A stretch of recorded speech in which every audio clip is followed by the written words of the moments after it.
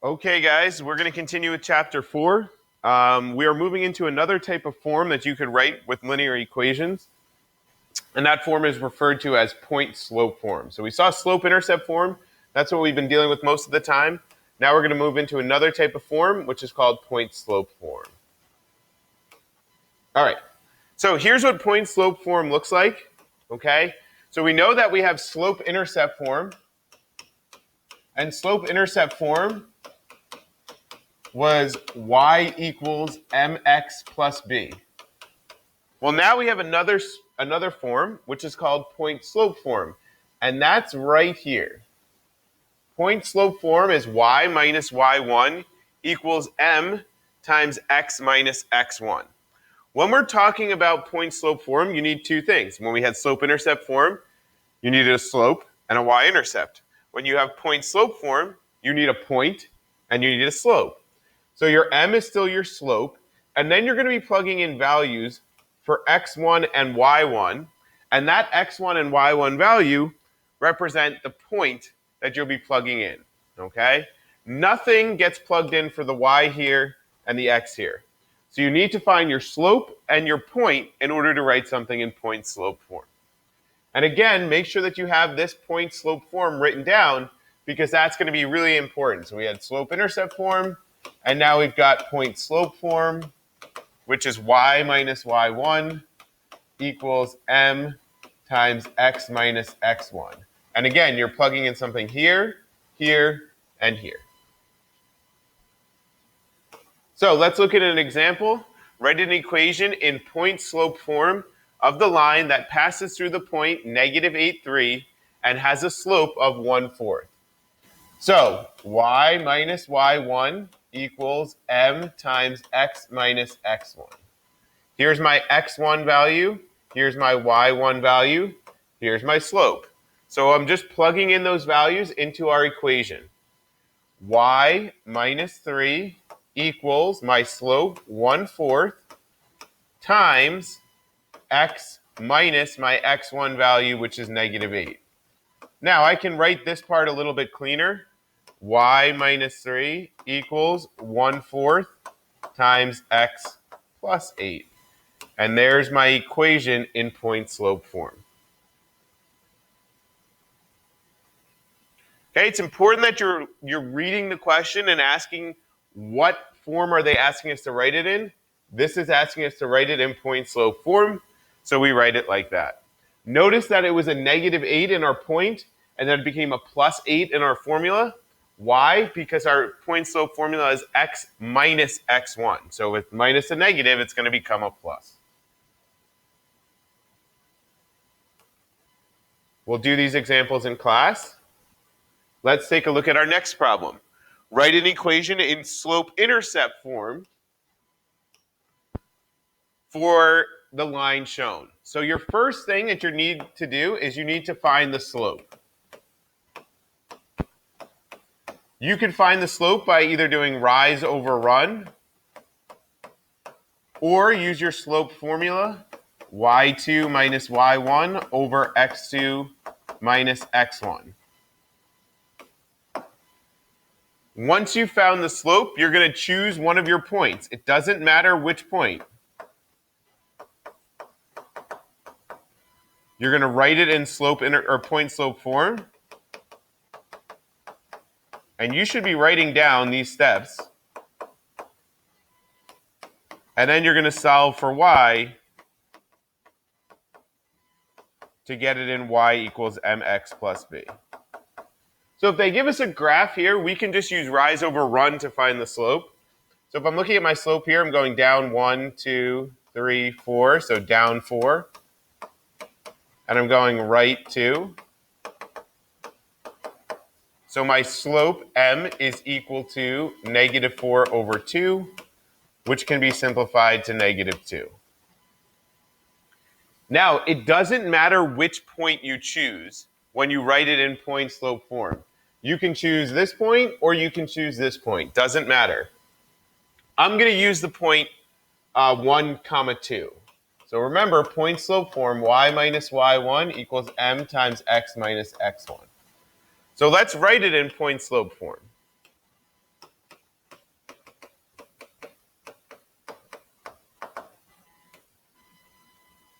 So y, and now my point that I'm using, remember, is 1, 2. So y minus 2 is equal to my slope, negative 2, times x minus 1. That's the point-slope form of our equation. But they're asking us to write it in slope-intercept form.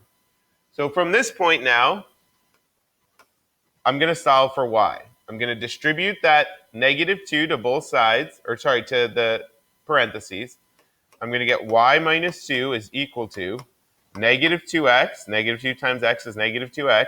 Negative 2 times negative 1 is a positive 2. Solve for y, add the 2 to both sides, and you're going to get y equals negative 2x plus 4. So I should have a y-intercept of 4, which I would have, and my slope is negative 2, and I get my answer right there. I just want to show you that if you use the other point, you would still get the same answer. So say I use the point 3, negative 2. Then my point-slope form would be y minus negative 2, so y plus 2, equals negative 2 times x minus 3. So these two equations here and here are equivalent to one another. You're going to see that when we solve for y. Y plus 2 is equal to negative 2x plus 6. Subtract the 2, and you get the same formula in point slope. Y equals negative 2x plus 4. So it doesn't matter which point you pick for your point slope form. Either one of these in point slope form would be correct, and they end up getting us to the same form in slope intercept. Okay, let's keep going. So again, we have to write an equation in slope intercept form, and this time they're just giving us the points. So step 1, let's find the slope. M is equal to, here's x1, y1, x2, y2. So 1 minus negative 2 over 12 minus 6. So your slope, M, is equal to 1 minus negative 2 is going to be 1 plus 2, which is 3. So 3 over 6, which is equal to 1/2. So there's my slope. Pick a point. Doesn't matter which point you pick. I'm going to pick that point, and I'm going to write it in point-slope form. Remember, point-slope form, y minus y1 equals m times x minus x1. So I have y minus a negative 2, which is really y plus 2, equals 1/2 times x minus 6. Again, point-slope form, make sure you have it, box it in, underline it, make sure you have it somewhere there. Equals 1/2 times x minus 6. And now let's distribute and solve for y. Y plus 2 equals 1/2 x. 1/2 times negative 6 is going to be negative 3. Subtract the 2, subtract the 2, and you end up getting y equals 1/2 x minus 5.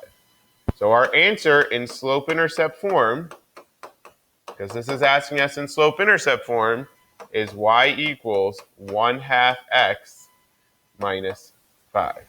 Now remember, in the last lesson, when we had problems like this, we solved for b in order to get our equation in slope-intercept form.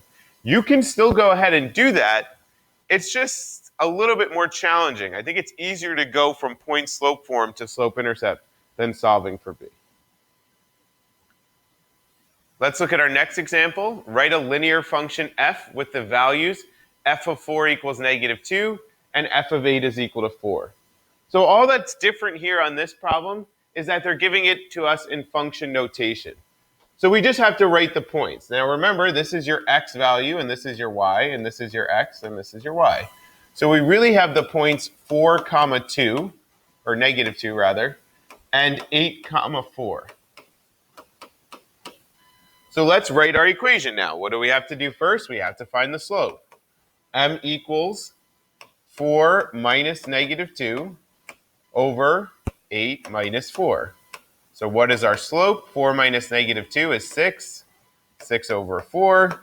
We have a slope of 3/2. Pick one of your points, doesn't matter. I'll pick this one this time because I feel like changing it up.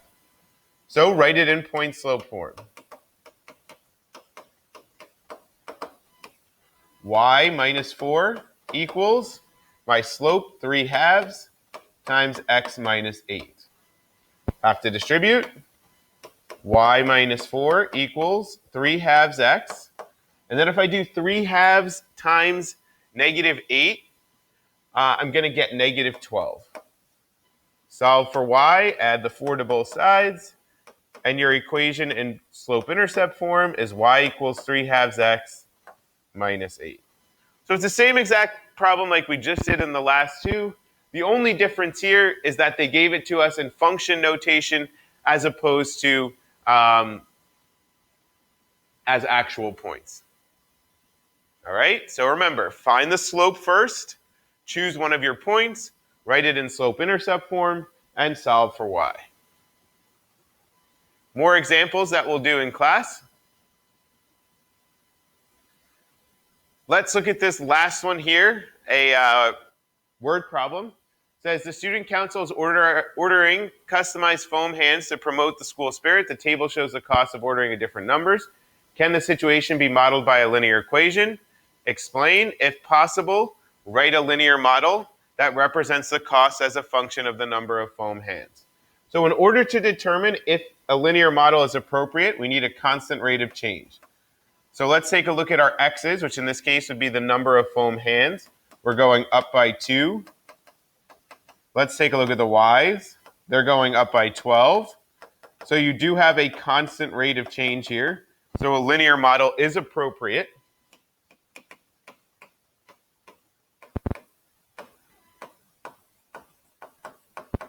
Why is a linear model appropriate? Because we have a constant rate of change.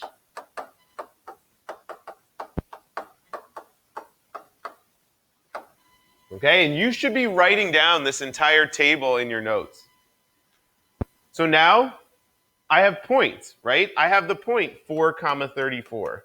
I have the point 6, 46. I have the point 8, 58, and so on and so forth. So what do? I got to find the slope. Same exact process that we've been doing now. Find the slope first. So let's find the slope. I'm going to use the first 2 points, 46 minus 34 over 6 minus 4. So you get m is equal to 12 over 2. So m is equal to 6. There's my slope.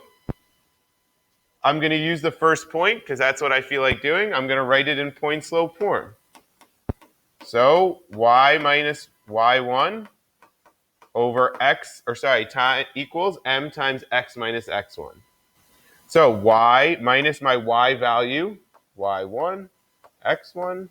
So y minus 34 equals my slope, which I just found, 6 times x minus 4. Let's solve for y to make this look a little bit nicer. Y minus 34 equals 6x minus 24. Add the 34 to both sides. Add the 34 to both sides. And you're going to get y equals 34. Y equals 6x plus 10. Now, it's always important when you're dealing with a problem like this that you define what x and y represent. So in this case, x represents the number of foam hands.